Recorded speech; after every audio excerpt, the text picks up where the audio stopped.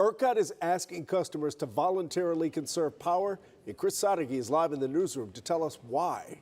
Yeah, Chris, yesterday we had a record day for demand in June, and we follow that up with a day where we're really watching the grid. Now, again, to remind people, we've shown you this before, the purple line, that is what is available, the reserves available. The blue line is the demand, and the forecast from 4 to 8, when that conservation notice was issued, you can see how razor thin that margin is. This is the live look right now, 4,600 megawatts, the operating reserves. That's the reason for the voluntary conservation notice. They're asking, if safe to do so, reduce electric use. Now, this is not an emergency alert, but it is just one step below it. Here is the ERCOT progression, the progression they take. Over on the left, it says normal grid conditions, then move one to the right.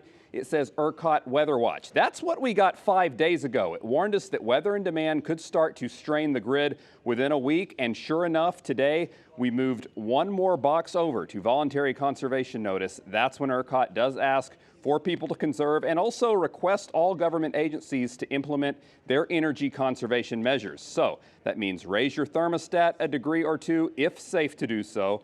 Avoid using large appliances like washers and dryers, and unplug any non-essential items. Now, that last box you saw, that is the emergency energy alert. Those alerts will have 3 levels. The first is when reserves are low and additional tools must be deployed to meet the demand. Level 2 is when those reserves still dip lower and more resources are needed. Finally, the third and most extreme level is when we might face the possibility of controlled outages. Now, this morning, the ERCOT Board of Directors did meet and they heard the forecast for this summer. And even though we've had a hot few days here early on, the forecast that they received was that this summer is not expected to be as extreme as last year.